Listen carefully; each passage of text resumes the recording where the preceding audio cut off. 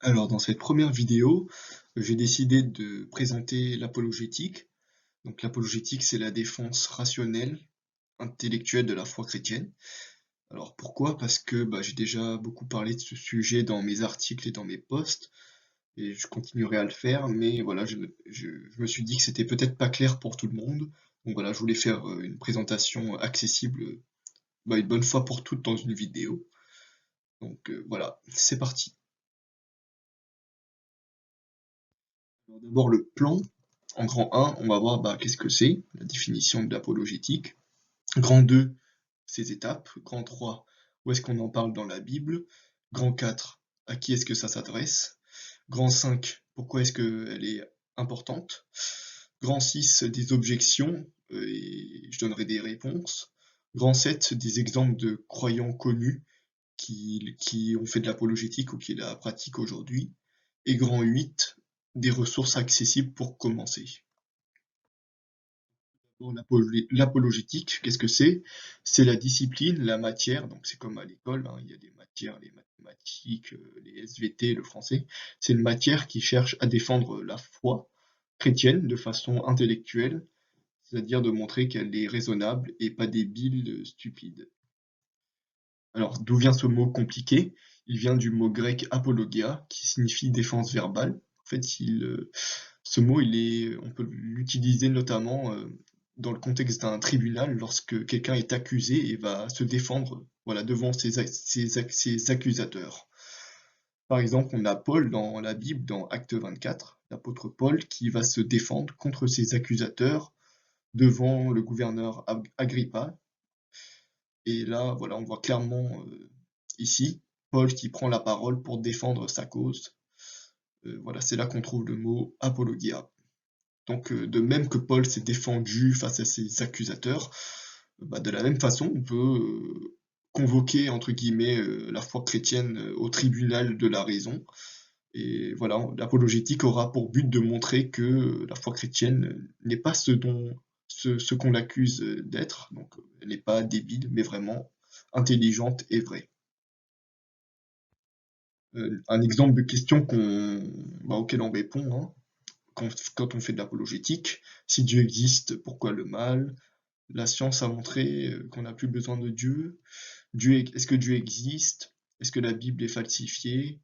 Est-ce que Jésus est Dieu? Et est-ce qu'il est ressuscité? Donc voilà, ce sont des exemples parmi plein d'autres.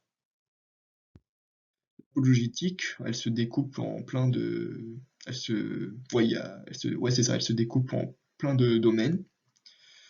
On aura par exemple de la philosophie, qui elle-même a plein de sous-domaines. Par exemple, l'épistémologie qui étudie comment est-ce qu'on peut savoir que nos croyances sont vraies. La métaphysique qui va étudier la cause ultime de notre réalité, de l'univers. La philosophie de la religion, aussi appelée avant théologie naturelle, qui va étudier Dieu, ses attributs, son existence, et voilà, toutes les religions. Et la philosophie de l'esprit qui va étudier l'âme humaine. Qu'est-ce que ça veut dire qu'on a une âme et qu'on n'est pas juste un corps? On aura aussi l'histoire qui est importante pour notamment défendre la Bible. Souvent on l'accuse de ne pas être fiable ou d'être fausse, etc. Et c'est là que on est obligé d'étudier les manuscrits pour vérifier, ouais, qu'elle est fiable. Et c'est ce qu'on va faire notamment en critique textuelle. Il va être aussi important d'étudier le contexte géographique de la Bible, hein, l'époque et le lieu où elle a été écrite. Donc c'est ce qu'on appelle le Proche-Orient ancien, c'est toute la zone autour d'Israël. Et on aura, j'ai mis un dernier exemple en histoire, c'est le Moyen Âge, pour montrer que ce n'était pas une période aussi obscurantiste et idiote que ce que l'on croit. La science sera très importante aussi parce qu'il y a, par exemple, l'évolution, la physique quantique, pour certains le Big Bang, qui sont des découvertes scientifiques récentes qu'on oppose souvent à la foi. Et au contraire, il y aura des découvertes qu'on va utiliser pour défendre, pour argumenter en faveur de Dieu, par exemple le réglage fin de l'univers, ce qu'on appelle en anglais le fine-tuning. On aura aussi tout un pan sur la culture, donc par exemple la littérature, mais aussi tout ce qui est culture populaire, donc ce que vous consommez peut-être au quotidien, donc tout ce qui est film, manga, animé, séries, les jeux vidéo. En fait, tous ces, tous ces produits, en fait, ils transportent avec eux un message, ils communiquent une façon, une vision de voir le monde, une façon de voir le monde. Et en fait, voilà, l'apologétique culturelle, elle va montrer en quoi ces visions sont bonnes et déficientes. Et on va aussi montrer en quoi la Bible répond à tous ces sujets qu'ils abordent de façon pertinente. Et enfin, on aura la théologie, donc au sens de l'étude de la Bible, donc on l'appelle aussi l'exégèse, qui sera importante pour montrer que les doctrines chrétiennes que les croyants, auxquelles les croyants croient, donc par exemple la Trinité, la divinité de Jésus, qu'elles sont bien dans la Bible, contrairement à ce que, voilà, par exemple les témoins de Jéhovah et des musulmans peuvent le dire. Et c'est aussi important pour montrer que ce que l'on croit être des contradictions dans la Bible n'en sont pas. Maintenant, on va attaquer une grosse partie de la présentation. Donc, je vais vous présenter les différentes étapes de l'apologétique. On ira du monothéisme jusqu'à la tradition réformée, parce que ma conviction, voilà, c'est que je suis réformé, protestant réformé. La première étape, ça va être le monothéisme, donc de prouver l'existence d'un Dieu unique, ainsi que voilà, ses attributs classiques, hein, l'omnipotence, l'omniscience, l'omniprésence, la sagesse, la bonté, etc. Et aussi de répondre au problème du mal, entre autres, qui dit que bah, si Dieu existe, pourquoi le mal? Et durant cette étape, en fait, on va réfuter toutes ces visions.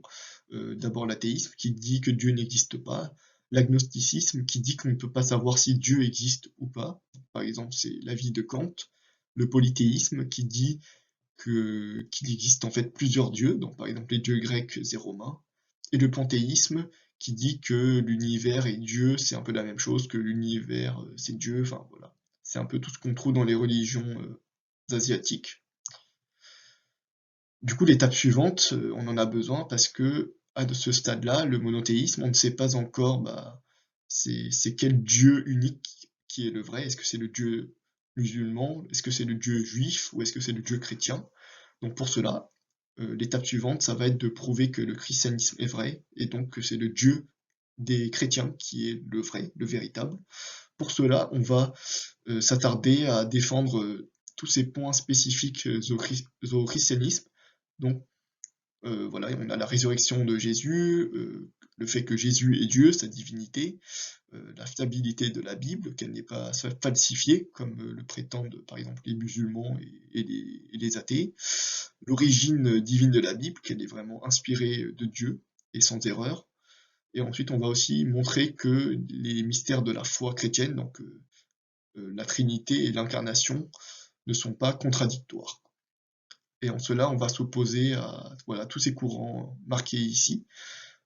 Le déisme qui dit que Dieu ne s'est pas révélé à nous, l'islam et le judaïsme qui nient la Trinité et la divinité de Jésus, le christianisme libéral qui est, pour faire très simple, qui regroupe en fait des gens qui se disent chrétiens mais qui n'ont pas plus grand chose de chrétien. Ils ne croient même plus à ces bases-là, que soit que Jésus est Dieu, soit que la Bible est parfaite et qu'elle vient de Dieu, ou que Jésus est ressuscité vraiment de façon physique. Et on va aussi réfuter diverses sectes qui se disent chrétiens, mais encore une fois qu'ils ne le sont pas, parce qu'ils ne croient même pas à ces choses basiques, par exemple que Jésus est Dieu. Les témoins de Jéhovah n'y croient pas. La partie suivante, ça va être de montrer que le protestantisme est vrai, parce que à ce stade-là, on est au christianisme, mais on a trois courants majeurs, le catholicisme, l'orthodoxie et le protestantisme. Du coup, voilà, il faut encore faire un tri ici. Et pour cela, voilà, on va montrer que le protestantisme est le vrai grand courant. Et pour cela, on va défendre tous ces points-là. D'abord, le sola scriptura, qui veut dire en français l'écriture seule, c'est-à-dire que c'est la Bible notre autorité ultime pour définir nos croyances. On va ensuite critiquer la doctrine du pape chez les catholiques, donc ce qu'on appelle la papauté. On va défendre la prière à Dieu seul, c'est-à-dire que que Dieu veut qu'on le prie lui tout seul et pas des saints. Et enfin, la justification par la foi seule, qui dit en fait que Dieu nous déclare justes, innocents, nous qui sommes pécheurs, gratuitement, donc par la grâce, par le moyen de notre foi, notre confiance en lui, sans prendre en compte nos bonnes actions qu'on a accomplies. Et une fois qu'on est là, bon, on pourrait s'arrêter, mais moi je vais continuer parce que personnellement je suis de confession réformée, donc c'est un peu la foi de ce monsieur-là, Jean Calvin, un des premiers protestants les plus connus, et on va se différencier en fait de plusieurs, bah, des autres protestants, notamment les luthériens, qui ont quand même des choses en commun avec nous, les baptistes et des baptistes, donc eux aussi ça dépend, certains ont plus en commun avec nous, plus de points en commun avec nous que d'autres. Et pour cela, on va défendre voilà, tous ces points-là. Donc d'abord la prédestination, l'assurance du salut, c'est-à-dire qu'une fois que Dieu nous sauve, on ne peut plus, on est pardonné une bonne fois pour toutes. On ne peut pas perdre notre salut. Il y aura aussi la théologie de l'alliance, qui est en fait une vision globale de la Bible, centrée autour du thème, du sujet qui est l'alliance de Dieu avec les hommes. On aura le baptême des enfants, alors pas pratiqué pour la même raison que les catholiques, mais voilà, il faut le savoir, il y a des protestants qui baptisent des enfants. Et enfin, on va défendre une organisation spécifique de l'Église et du culte, c'est-à-dire que si on prend le culte, si on va par exemple chez les baptistes, souvent l'ordre des, enfin, voilà, l'ordre des éléments du culte ne sera pas trop structuré, ça sera entre guillemets anarchique, même si c'est un peu réducteur, alors que chez les réformés, il y aura vraiment toute une structure, toute une série d'événements. Maintenant, on va avancer avec où est-ce que la Bible parle de l'apologétique. Pour cela, on a 1 Pierre 3,15, peut-être le passage le plus connu et le plus clair. Soyez toujours prêts à défendre l'espérance qui est en vous devant ceux qui vous en demandent raison. Voilà, vraiment clair, je pense. 20 qui montre que l'on peut vraiment connaître Dieu juste en regardant l'univers sans la Bible. En effet, les perfections invisibles de Dieu, sa puissance éternelle et sa divinité se voient depuis la création du monde. Elles se comprennent, donc les perfections invisibles, elles se comprennent par ce qu'il a fait. Ils, donc les hommes, ils sont donc inexcusables.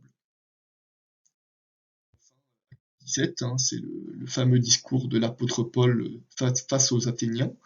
Il, Dieu, a fixé un jour où il jugera le monde avec justice par l'homme qu'il a désigné, donc c'est Jésus. Il, Dieu, en a donné à tous une preuve certaine en le ressuscitant. Donc on voit ici que la résurrection, elle sert pour Dieu de preuve qu'il y aura un jugement dernier. Donc voilà, ça confirme bien l'aspect rationnel de notre foi, ce que l'apologétique cherche à démontrer. Bah, pour qui est-ce que c'est l'apologétique? Je dirais pour deux catégories de personnes. D'abord les croyants, pour les aider d'abord à traverser leur période de doute.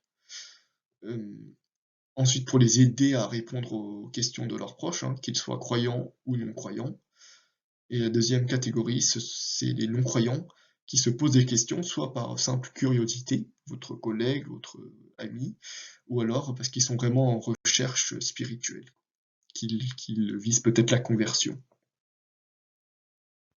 Maintenant, une partie assez pratique et importante. Pourquoi est-ce que l'apologétique, elle est vraiment cruciale, je dirais? Pour moi, elle est vraiment cruciale parce que plus jamais qu'avant, bien sûr c'était déjà le cas pendant l'Antiquité ou le Moyen Âge, mais à notre époque, on vit vraiment dans un monde archi hostile, qui rejette Dieu, voire qui le déteste vraiment. Et ce qui fait qu'on a vraiment besoin, en particulier à notre époque, de montrer que notre foi n'est pas une religion pour handicapés intellectuels, entre guillemets, mais c'est une foi raisonnable que l'on peut démontrer avec des arguments sérieux. Alors je vais donner plusieurs idéologies, plusieurs idées qui sont à la mode dans notre société, mais qui s'opposent à Dieu pour montrer vraiment que notre monde est hostile envers lui. D'abord le scientisme qui dit en gros, parce que aujourd'hui on a la science, du coup on n'a plus besoin de Dieu, la science va nous aider à résoudre tous nos problèmes, notamment, par le transhumanisme, qui dit, pour certains, que l'on peut vaincre la mort grâce à la technologie. Donc c'est ce qu'ils prônent, par exemple, dans les gens de la tech, hein, par exemple chez Google, chez Facebook. On aura aussi comme idée le postmodernisme et le relativisme qui dit qu'il n'y a plus de vérité, mais ça s'oppose vraiment à la foi chrétienne, hein, qui se prétend être une vérité. Et ensuite, on aura toute une série de valeurs complètement opposées à celles de Dieu, hein, de la Bible. Par exemple, l'avortement voilà, qui va banaliser le meurtre des enfants, et la théorie du genre et woke qui vont bah, aller à l'encontre de Dieu qui a créé l'être humain, homme et femme. Et même, voilà, sans parler du sexe avant le mariage, hein, qui est complètement normal, et même aujourd'hui, on se moque de ceux qui sont encore puceaux. Alors maintenant, des exemples un peu de la culture populaire, hein, des jeux vidéo, des médias que vous consommez, etc. Donc, premier exemple, c'est ce monstre que vous voyez là. Alors, souvent, les athées qui se moquent de Dieu, souvent, ils vont le comparer à ce monstre de spaghetti. Donc, voilà, c'est un exemple de moquerie. Ensuite, on aura, voilà, plusieurs films, séries ou mangas qui vont se critiquer la religion. Donc, par exemple, Dr Stone, qui est centré sur la science, donc qui rejoint un peu le scientisme, qui à certains moments, voilà, va se moquer de la religion, de Dieu comme étant une superstition. On a aussi par exemple la saga Fate, donc un animé où le méchant est un prêtre sadique, donc forcément ça ne donne pas trop envie de croire en Dieu ou d'aller à l'église. Ensuite, j'ai mis Full Metal Alchemist, donc c'est en gros un manga qui va faire un peu la promotion du panthéisme, tout ce qui est religion en Asie, et qui va notamment mettre en lumière le problème du mal. Donc, en gros, encore une fois, si Dieu existe, pourquoi la souffrance? Donc, notamment lors du génocide des Ishbal par Amestris. À ce moment-là, bah, le roi, le King Bradley, il va dire, il va se moquer de ce peuple qui est massacré, mais qui croit pourtant en Dieu. Bah voilà, Dieu vous laisse vous faire massacrer alors que vous croyez en lui, donc voilà, il n'existe pas. Ensuite, on aura par exemple des jeux vidéo comme StarCraft et Pokémon qui vont, qui vont promouvoir le polythéisme, hein, la croyance en plusieurs dieux. Donc StarCraft, bah, ce sont les Xel'Naga, hein, des sortes d'extraterrestres géants. Et Pokémon, bah, les dieux sont bah, les Pokémon légendaires qui créent l'univers, quoi. Par exemple, si je me rappelle bien, il y a Arceus, Dialga et Palkia, par exemple. Et enfin, j'ai mis cette image, bah, ça représente l'école, et c'est important parce que c'est notamment à l'école que bah, toutes ces valeurs-là sont, sont prônées et défendues, quoi. Alors, ça, c'est la raison principale, mais pour moi, elle en donne deux autres qui sont la conséquence. Pourquoi l'apologétique est importante? Parce que bah, c'est important pour que l'Église survive, parce que, encore une fois, les croyants, ils vont à l'église le dimanche, mais toute la semaine, ils regardent ça, ils sont influencés par ça, et ils entendent parler de ça, toutes ces idéologies à la mode. Donc forcément, avec tout ça, ça devient plus trop naturel de croire en Dieu, et même, voilà, ça fait une forte pression. Donc des fois, ça leur fait abandonner la foi, quoi.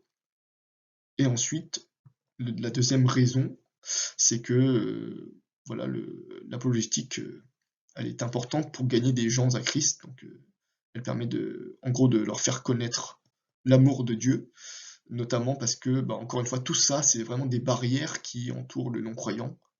Et, et voilà, il faut les enlever grâce à l'apologétique pour qu'ils puissent juste être plus réceptifs quand on lui présentera le message de la Bible, l'Évangile. Bien sûr, bon, tous les exemples que j'ai mis là, ils sont partiaux. J'avoue, c'est ceux qui me venaient à l'esprit, mais bon, si vous en avez d'autres, n'hésitez pas à en partager. Alors la dernière raison que j'ai mis, c'est que l'apologétique nous permet de grandir en maturité.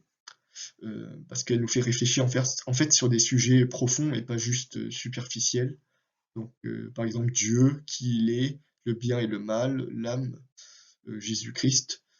Bien sûr, voilà, seulement, ça ne doit pas nous rendre orgueilleux, mais on doit la pratiquer de façon humble. Mais voilà, je pense que ça nous fait grandir en maturité. Quelques objections à l'apologétique, qu'on entend souvent chez les chrétiens. Alors, à quoi est-ce que ça sert? L'apologétique, c'est juste une perte de temps et des débats inutiles.